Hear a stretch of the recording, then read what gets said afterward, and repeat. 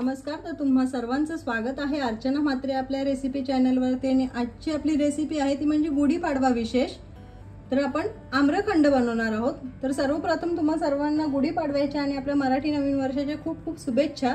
तर आम्रखंडासाठी लागणार आपण साहित्य पाहून घेऊया। आता लागणार साहित्य आहे, इथे चक्का घेतलाय मी। हा चक्का घरी बनवलेला आहे, त्याच्यामुळे ह्याला आंबटपणा कमी आहे। बाजारातून आणला तर कधी कधी तो खूप आंबट असतो।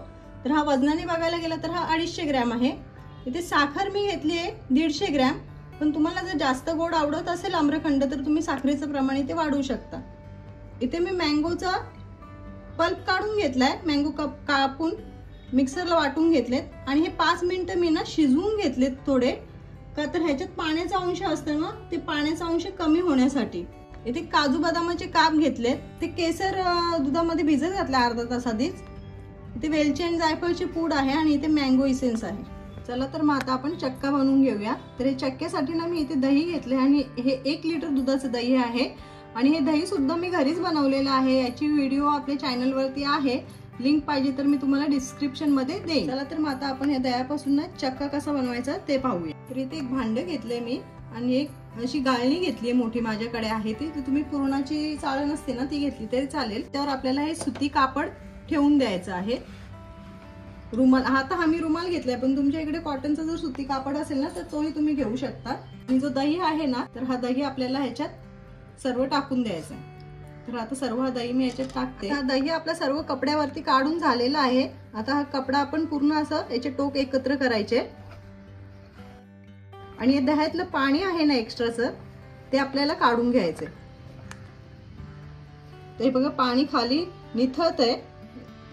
आता याच्यावरती आपण ह्या कापडाला अशी गाठ मारून घेऊ आणि ह्या आता कापडाला गाठ मारली आहे, तर ह्याच्यावरती आपल्याला काहीतरी आता वजन ठेवून द्यायचंय। तर इथे मी एक डिश घेतली आहे, ही डिश याच्यावर ठेवायची आणि वजन म्हणून आम्ही आता खलबत्ता ठेवते। म्हणजे या खलबत्त्याच्या वजनाने ना त्याच्यातलं एक्स्ट्राचं पाणी त्या भांड्यामध्ये जमा होईल आणि हे आपल्याला अर्धा तासातच ठेवून द्यायचंय। मग अर्ध्या तासानंतर पुढे मी तुम्हाला सांगते काय करायचं। इथे आपलं दही बांधून ठेवून ना अर्धा तासात झालेला आहे आणि तुम्हाला पाणी दाखवते मी खाली किती साचले। तर आता हे ना आपल्याला फ्रीज मध्ये ठेवून द्यायचंय 1 ते 2 तासासाठी। पण सेम जसं आपण हे वजन ठेवलेलं ना असंच ठेवायचंय आणि हे पूर्ण भांड पण ठेवायचंय। तर दही ठेवून ना आपले 2 तास झालेले आहेत आणि 2 तासांनी आता आपण हे खोलून बघणार आहोत की आपला चक्का तयार झालाय का। तर हे काढून घेऊ आपण। तर आता आपण ना काढून बघूया चक्का।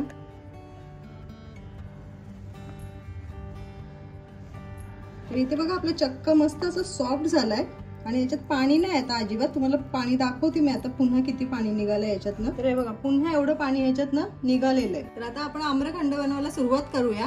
तर त्यासाठी आपल्याला ही अशी जाळी लागणार आहे, म्हणजे गळणी आहे माझ्याकडे। तुम्ही पुरणाची जाळी घ्या आणि ते खाली आपल्याला रिकामा भांड लागणार आहे, तर याच्यावरती ठेवायचा आणि हा चक्का आहे तो ह्याच्यात घालायचा।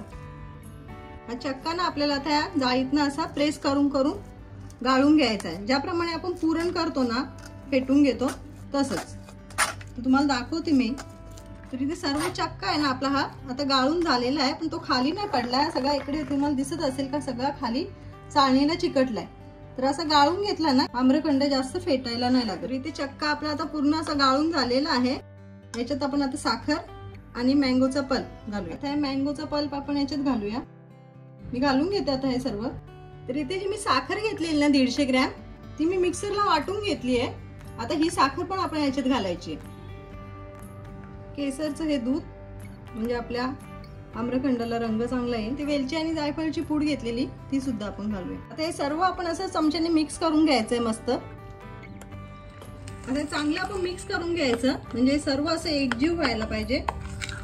थोडा वेळ असं ढवळत राहा मस्त। तुम्हाला दाखवते आता मी पुढे पूर्ण मिक्स झाल्यावर। तर इथे बघा माझं तर हे फेटून झालंय, मला 5 ते 7 मिनिटं लागली फेटायला आणि तुम्हाला दिसत असेल चांगलं तर मस्त एकजीव झालंय। आता हे आपला आम्रखंड तयार झालाय। याच्यात आपल्याला फक्त आता इसेन्स आणि ड्रायफ्रूट घालायचं। तर आता मँगोचे इसेन्स घालते मी। आता हे माझ्याकडे आहे म्हणून मी घालते, तुमच्याकडे नसेल तर तुम्ही नका घालू। इसेन्स न घालता सुद्धा आम्रखंड चांगलंच लागतं। याची मी आता 2-3 ड्रॉपच टाकते, जास्त नाही घालते, फक्त एक फ्लेवर साठी। आणि याच्यात आपण आता हे ड्रायफ्रूट घालूया। ते ड्रायफ्रूट घालून घेतलंय मी आता हे पुन्हा आपण मिक्स करूया.